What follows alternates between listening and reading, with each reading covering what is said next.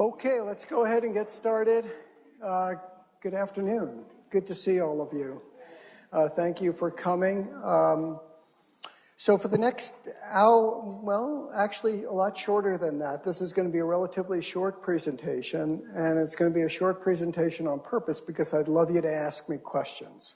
So try to think while I'm talking and think about the issues that we're bringing up and the questions that you have about them.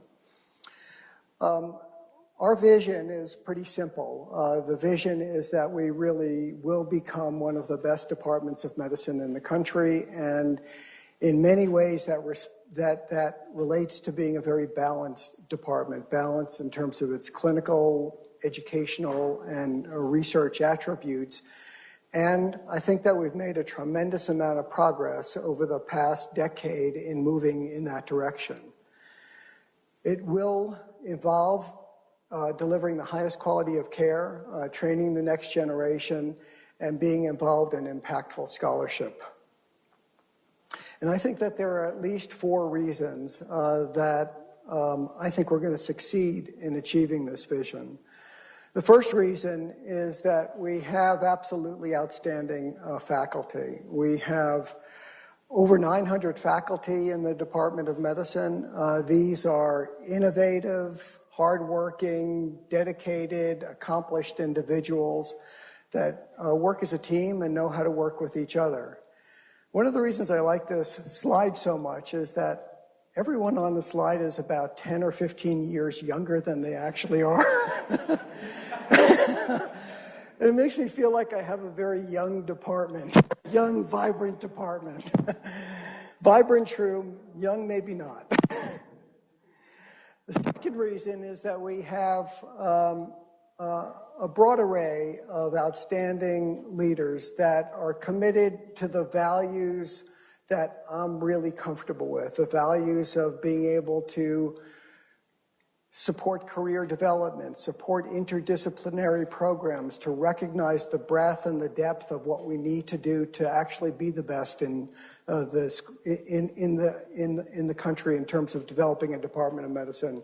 We have outstanding vice chairs, and the vice chairs work with me on a very regular basis to develop interdisciplinary departmental programs that raise the tide for everyone. We've recently added Ali Masani as the Vice Chair for Global Health to the group, and he's developing international programs in training and career development that you're going to be hearing about soon. There are also, obviously, the 16 division heads that contribute mightily to working with the faculty, developing careers of individuals, helping to administer the clinical research and educational programs in the department. And we do really have a shared sense of value and a shared sense of purpose, as you'll see in the programs that have developed over the past decade. The third reason is that there is very clear alignment across the medical center, alignment between the department and the school, the department and CU Medicine, or what was previously called UPI, and also the hospital and the system. And examples of that alignment are twofold. One is that the hospital contributes heavily to our mission. Each year, the hospital contributes an enormous amount of funds to support the clinical growth and development of the faculty, of the divisions, and of the programs that we've developed as part of the Department of Medicine. So it's estimated that the hospital will contribute over $30 million to the Department of Medicine in fiscal year 2018. I think they probably should contribute another $3 or $4 million in addition to that, and we're working with them to justify that. But they do contribute substantially, and just think what would happen to the department if we didn't have that infusion of funds and that support for the faculty. And look at how it's grown over the past 5 years.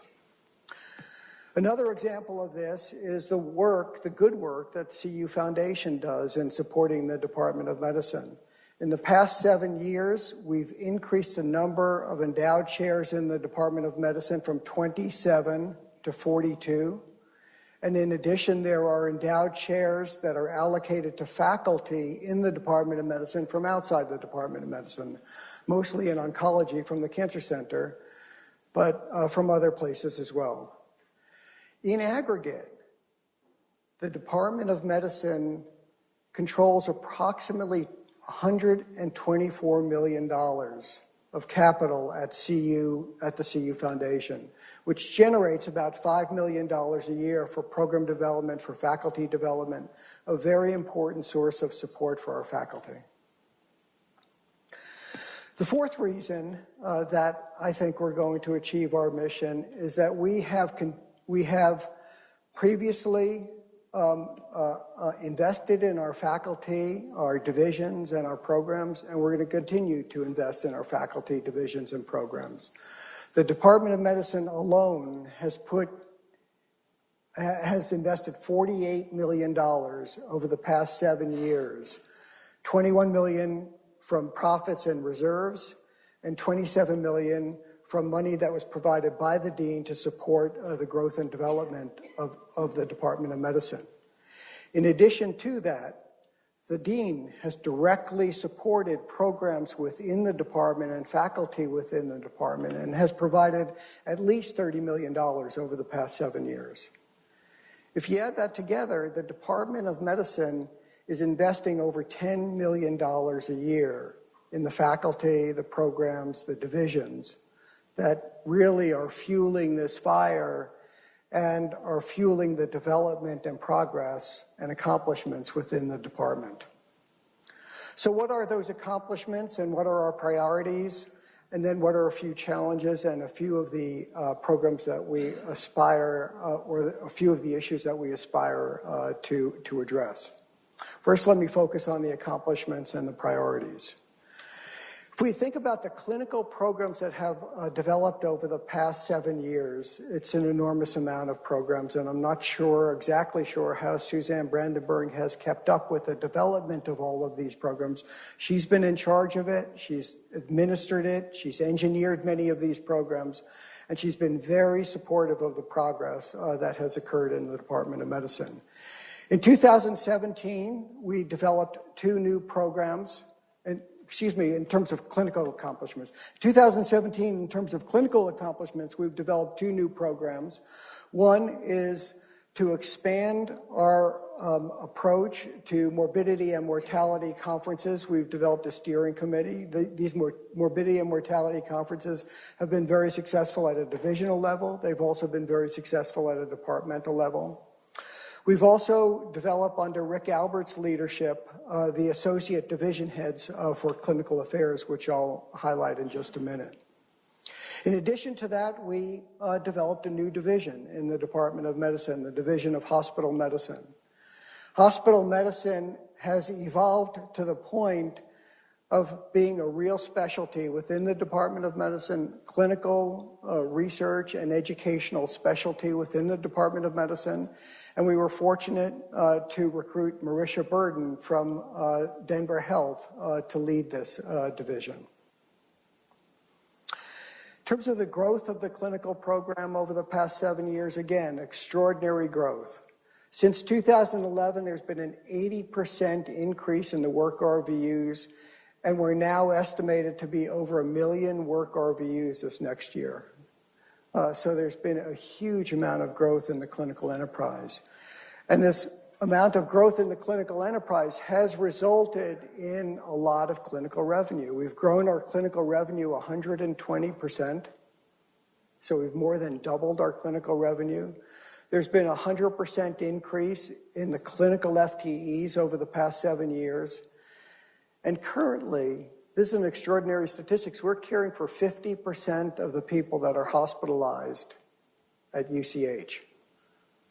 So the Department of Medicine is doing as much as the rest of the departments are at UCH in terms of caring for the patients there. Now, as you can see from those blue bars, there's a flattening of the inpatient care. It's only because there aren't enough beds, not because there aren't enough patients. And it's clear that we do need another tower, and we're very supportive of that, and we want to see that grow and fuel the Department of Medicine. So with the help of UCH, Rick Albert and I developed this new set of leaders within the Department of Medicine, the Associate Division Heads for Clinical Affairs. And these division heads for clinical affairs are going to help us grow and develop and integrate and coordinate the clinical programs as they expand here on campus and as they grow off campus. They're also going to help establish and implement expectations for patient care and also for quality. And Rick has been meeting with them on a very regular basis, has had a number of productive meetings. And importantly, the hospital supports their time and the allocation of their time to this activity. As many of you know, there's a big priority at UC Health to grow and expand the system into the community.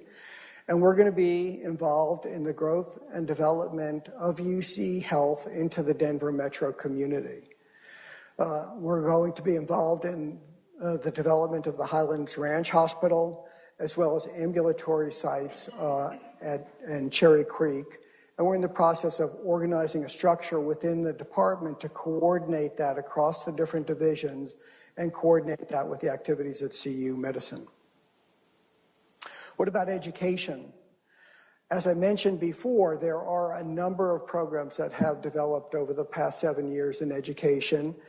And over the past year, we've developed 2 new programs, one under Sonia Flores' leadership, an unconscious bias training among the house staff and fellows. And the second is expansion of the physician scientist training program and the development of the clinician educator fellowship program.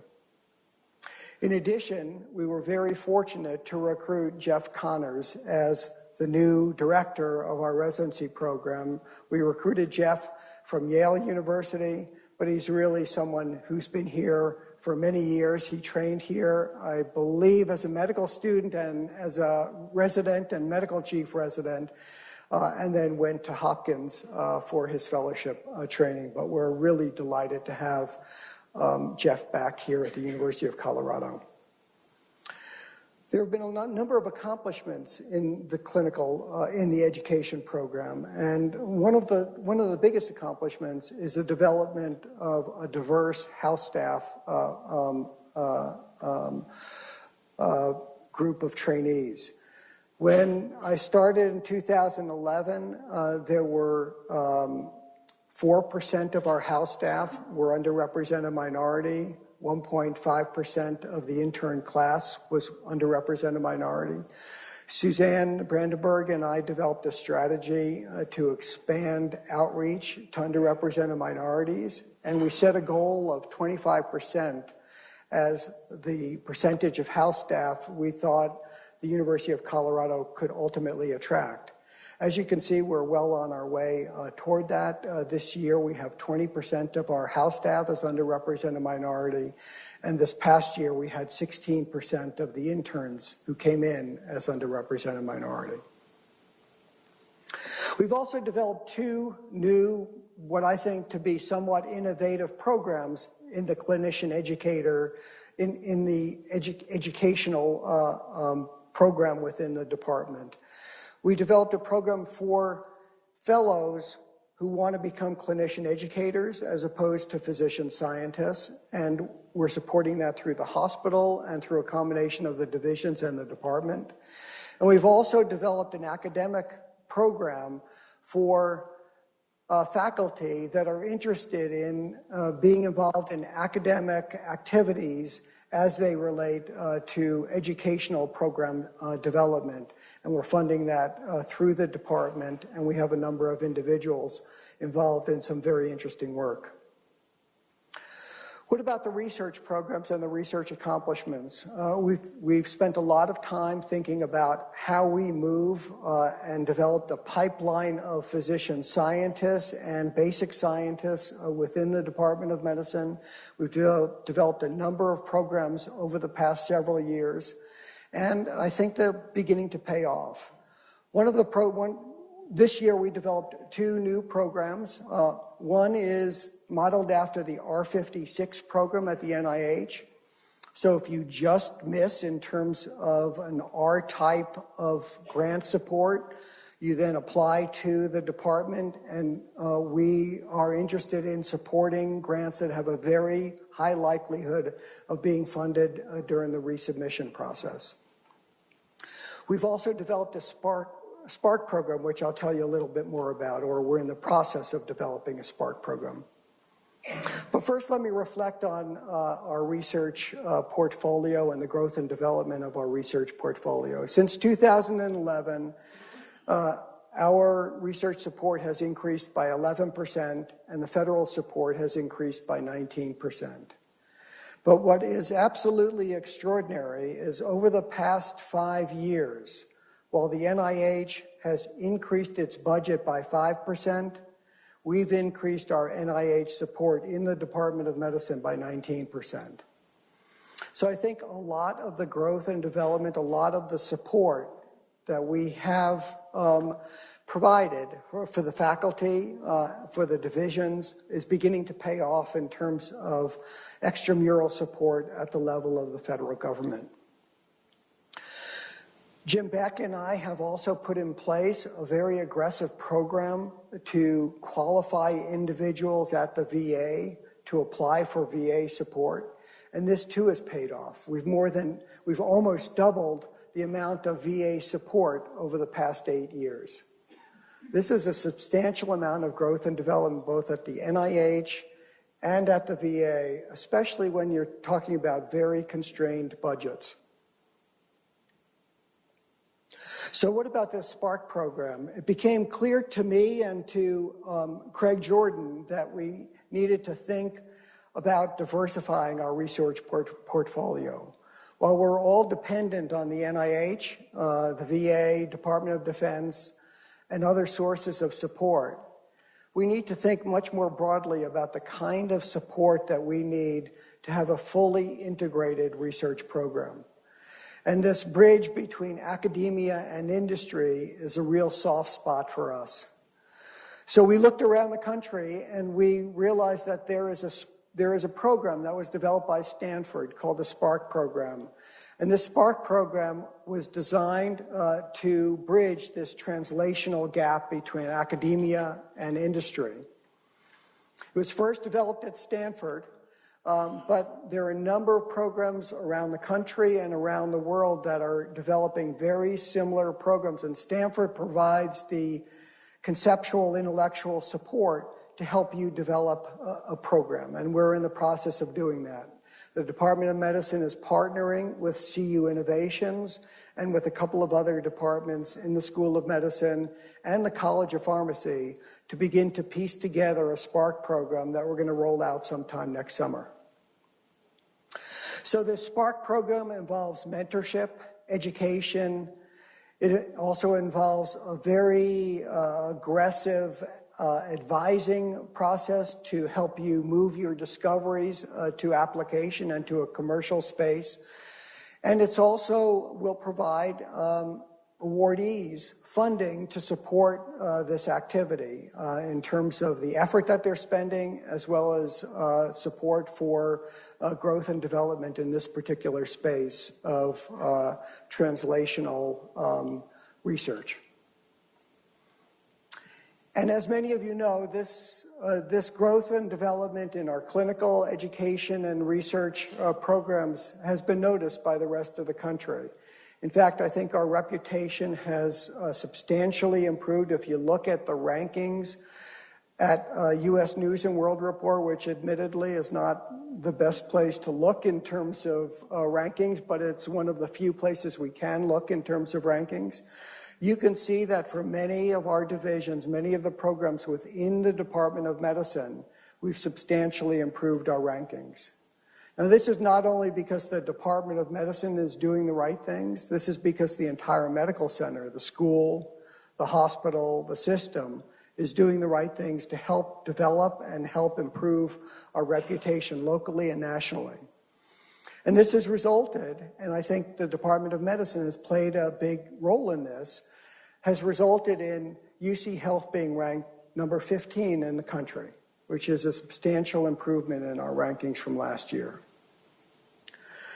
Okay, so what are the challenges and what do we aspire to? And I'm just going to focus on 3 issues that I think are very important for us to think about and very important for us to work on over the next year or 2, or maybe even longer. The first is gender equity, and I want to thank Maggie Weirman for leading the effort in gender equity. She's done a fantastic job over the past year and a half. She's focused on support of career development for all faculty and trainees and has looked at this very broadly. She's identified some deficiencies in our department, and she's also developed a program to roll out to address some of these deficiencies in the department. I want to highlight a few of those. But before I do that, I just want to give you a little bit of background. And the background relates back to something that I think Chris Smith and I developed maybe 5 or 6 years ago, which is a way of benchmarking salary in the department that has never really been fully explained to anyone. But I understand it. The way we did this is we looked at benchmarks, national benchmarks that are established by the AAMC for each specialty. And we reasoned that when you're in the middle of your appointment as an assistant professor, you should be at the median of that AAMC benchmark. And now here we're talking about the floor of your salary. So we're thinking that you should be at the median of your benchmark in the middle of your tenure as an assistant professor. At the beginning of your tenure, we think it's reasonable that you came in at the 25th percentile. At the end of your tenure as an assistant professor, we think it's reasonable to assume that you would be at the 75th percentile. If anyone has a problem with this, talk with Chris. No, I'm kidding. So if you're above the line, you're over the benchmark. If you're below the line, you're under the benchmark. And it was a healthy way, I think, of being able to look across the entire department and understand who's above and who's below the benchmark, and to deal with issues like gender equity. Now, we did make one modification for associate and full professors so that it didn't result in a seesaw as you got promoted. We set the beginning of the benchmark for associate and full professors at the 50th percentile, and you could go up to the 75th percentile. So when we did this in 2012, Chris and I realized that women were more frequently under the benchmark than men being under the benchmark. And it provided a tool for Chris and I, and then Karina Carmichael and I, to begin to negotiate with the division heads to change their thinking about the salaries of the faculty to address these salary inequities that were below the benchmark. If you look at the percent of faculty below the benchmark by year, you can see in 2013 in this light shaded bar here that there are more women below the benchmark than men below the benchmark.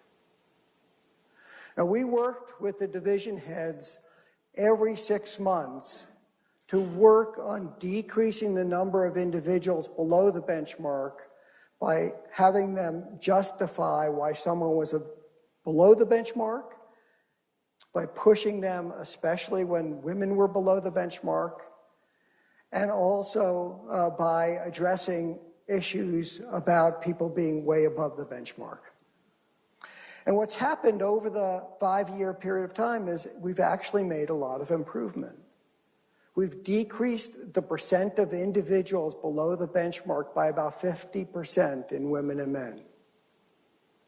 Now, those of you who are looking very carefully at these numbers still notice that there are more women below the benchmark in 2018 than men below the benchmark in 2018.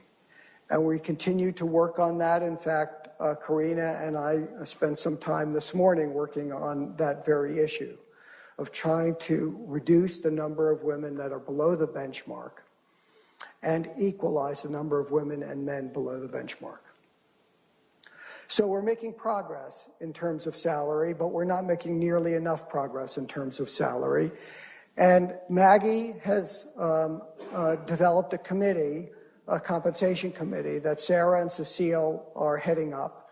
And that compensation committee is rolling out a few new changes. And those new changes that have been adopted by the division heads, accepted by the division heads, are to post the method for salary benchmarking for UCH. All of you now know the approach that we take for salary benchmarking, but we're not only going to post it for UCH, we're going to post it for the affiliates.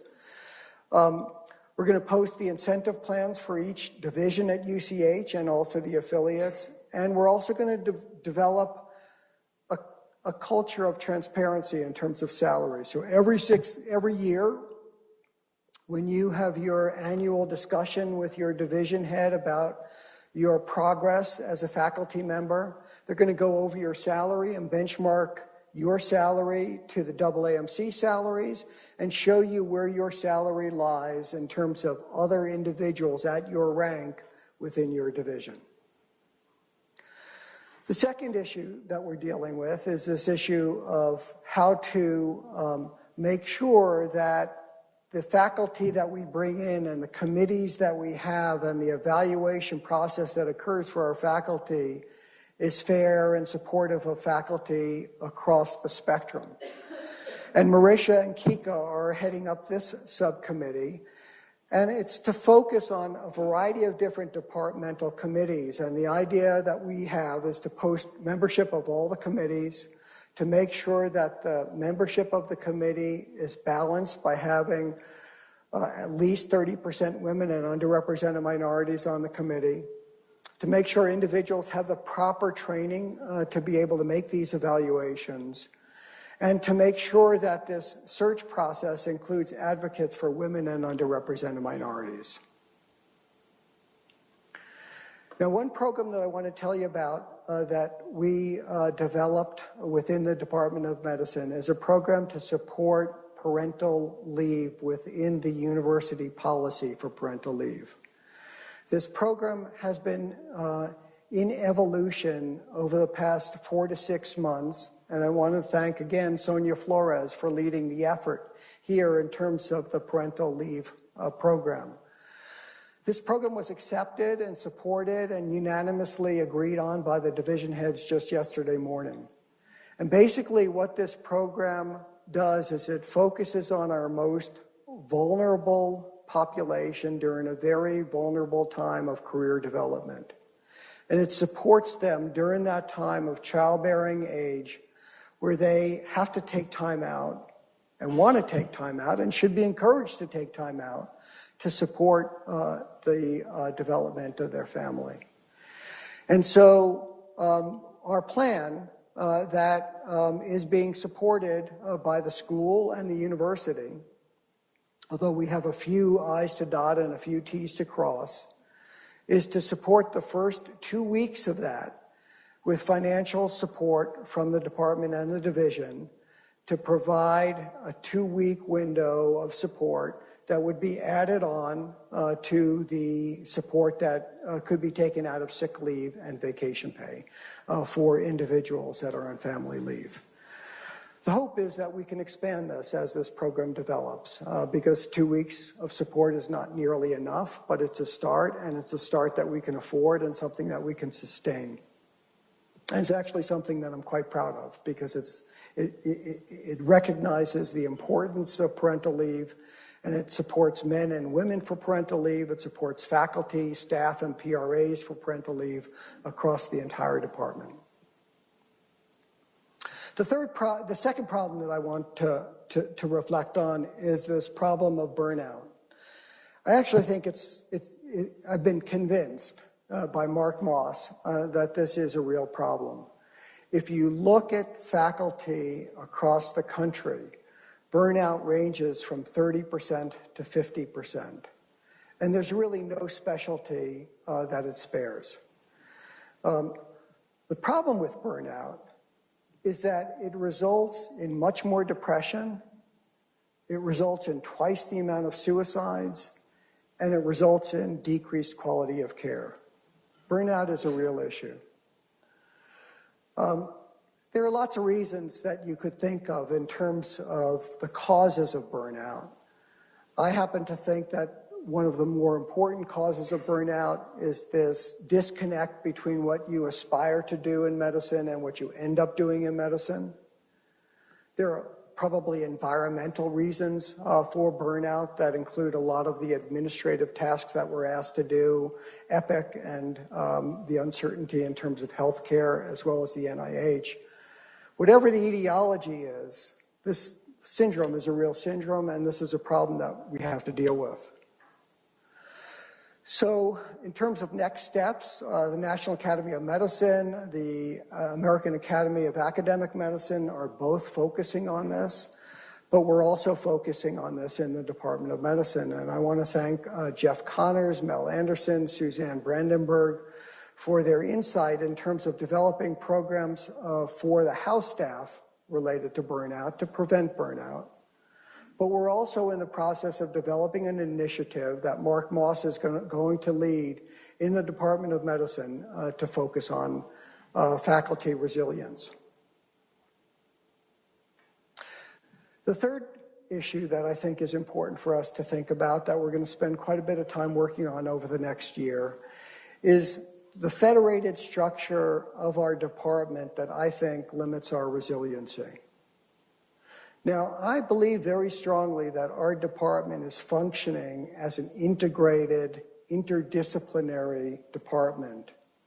But I also believe that our department is living within a federated structure that may limit our ultimate success. So let me give you a few examples of that. First, in terms of finances, healthcare and the research landscapes are changing rapidly. They're not as dependable as they used to be. And they put us in a bit of a precarious situation in terms of being able to understand what our degrees of freedom are in the future.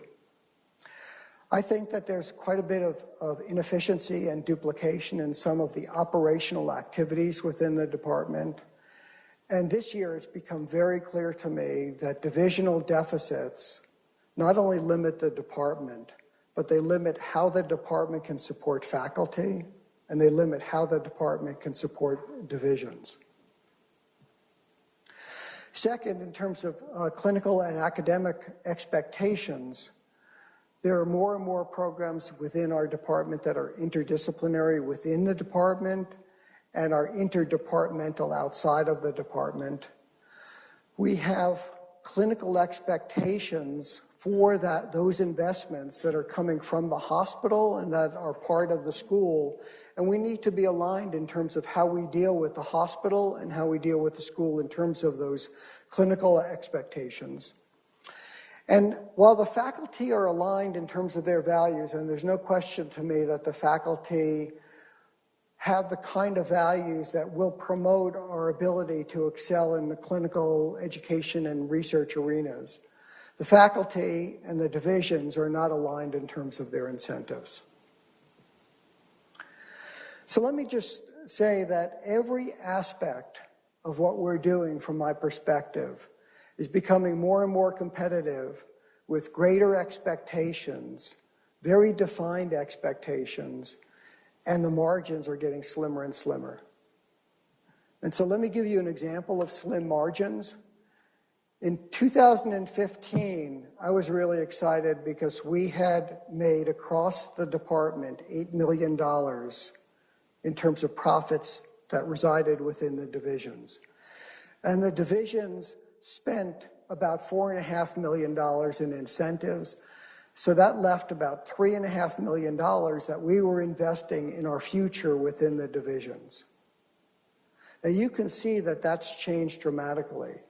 In fact, this past year, there were $400,000 difference between what was invested in the division, what was given to the faculty as incentives, and what was left over as profit across the divisions.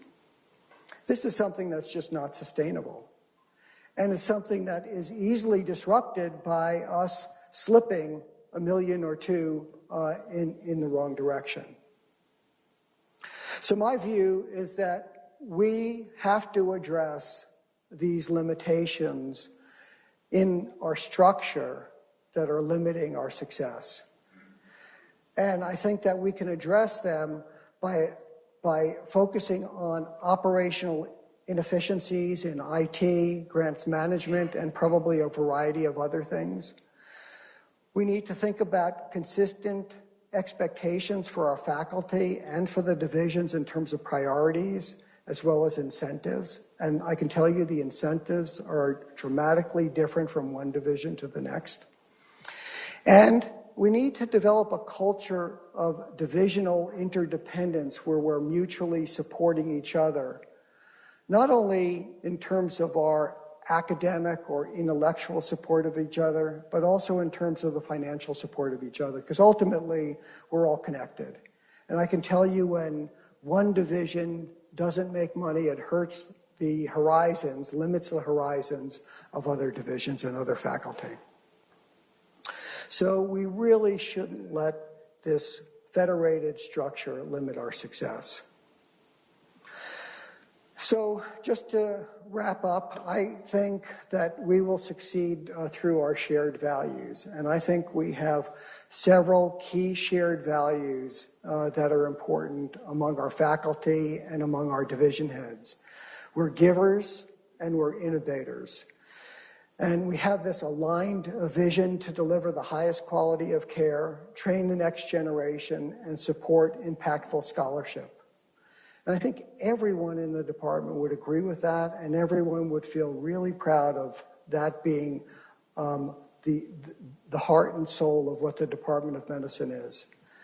We also support career development, and we're in support of interdisciplinary program development.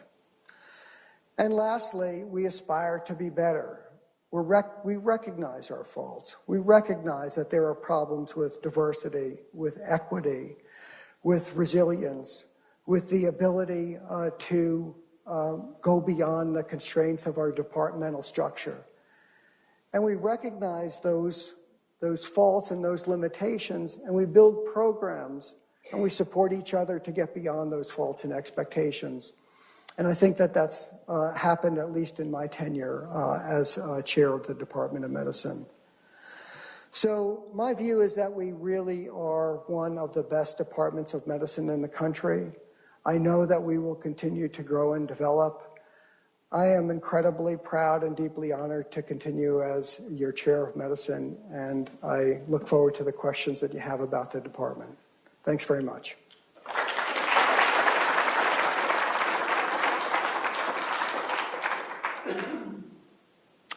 You have questions? Marvin, you have a question. Good. I was looking at the Federation of Blues. It seems that the issue that we all know that we have to address in terms of that is the intrusion on the Federation by the tremendous needs clinical care as the University of Colorado hospital system expands. You were already talking about what we're going to do with the new Island Hospital, and I suspect there's going to be more than that eventually. Mm-hmm. I think, that raises costs for hiring other positions. The real question is, can those positions work harder to break even? I think that's one of the questions, definitely, is what's the business out there? How are they going to be supported by the clinical activities out there? I think what is clear and embedded in that question is what's our partnership with CU Medicine, what's our partnership with other departments in the School of Medicine, and what's our partnership with the system in terms of supporting the growth and development of the system. And Ann Folbergy, I thought I saw you come in. Yep, okay. She and a number of other individuals in the department and outside the department are working to define that. And what we're trying to do is to make sure that the investments that we make out there pay for themselves in the short term, maybe break even in the short term. But the downside, the long-term view, the vision for that is that over time, even those individuals will provide support to the department, to the school, to the medical center in terms of growth and development, and will certainly be a pipeline of patients into the community. I think there's yet another, or maybe two other aspects that are embedded in your question. One is what are our educational programs going to look like in these different centers? I mean, the way we're thinking about medicine, the way we were trained in medicine, taking care of patients on the wards and taking care of as many patients as we possibly could, it's just an arcane model that just doesn't exist anymore. We need to think about new models of training individuals and training individuals out in the community. Highlands Ranch, Cherry Creek, and probably a number of other settings provide great places for us to begin to experiment and think more creatively about the educational activities of the trainees. Lastly, we need to think about what are our research opportunities out in the community, and how can we organize or access the patient populations that are real-life patients as opposed to the tertiary care patients that get referred here and are not generalizable to the broader population. So I think there are lots of opportunities. I am not shying away from any of these opportunities, and I think that we just need to get the business model right so that we make sure that what we're doing here isn't impeded by the investments that we're making in the community. Other questions? Yeah, Kurt. You showed this nice increase. Could you have him hand this microphone? Oh, sure, yeah. Let me just turn it on. Okay. I can talk about it. It's for the recording. David, you showed the progressive increase in RVUs, and that looked great, and yet profits have dramatically declined. Is that because of poor payer or other kinds of expense?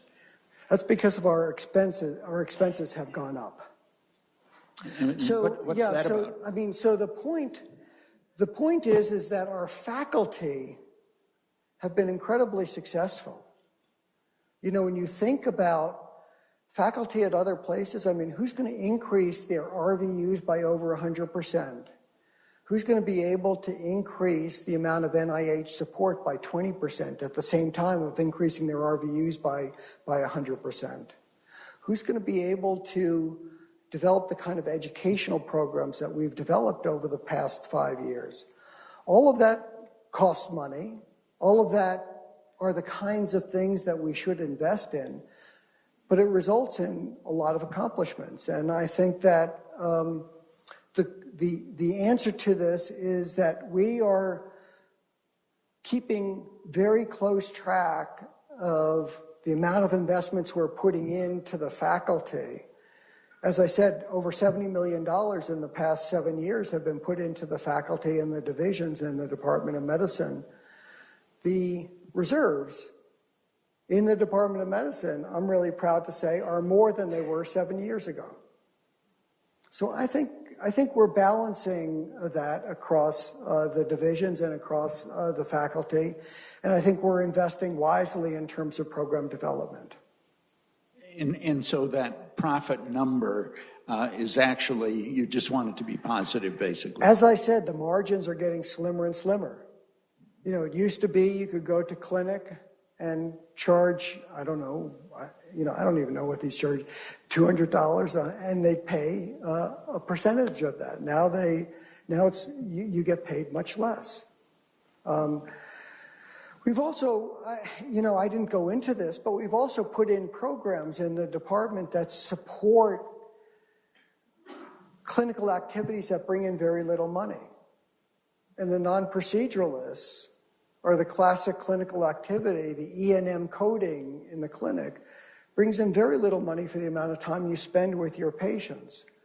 The hospital and CU medicine are very supportive of the non-proceduralists and provide enough support for the non-proceduralists that all the non-procedural divisions are in the black now. That's extraordinary. You go to any other department of medicine, very few non-procedural divisions are in the black. And they're in the black because they're being supplemented by the health system in a way that incents them to increase their clinical activities in the clinic. In fact, they have increased their work RVUs by 150% over the past 5 years. So substantial increases they've increased their productivity by 50% in the last 7 years. Other questions, Craig?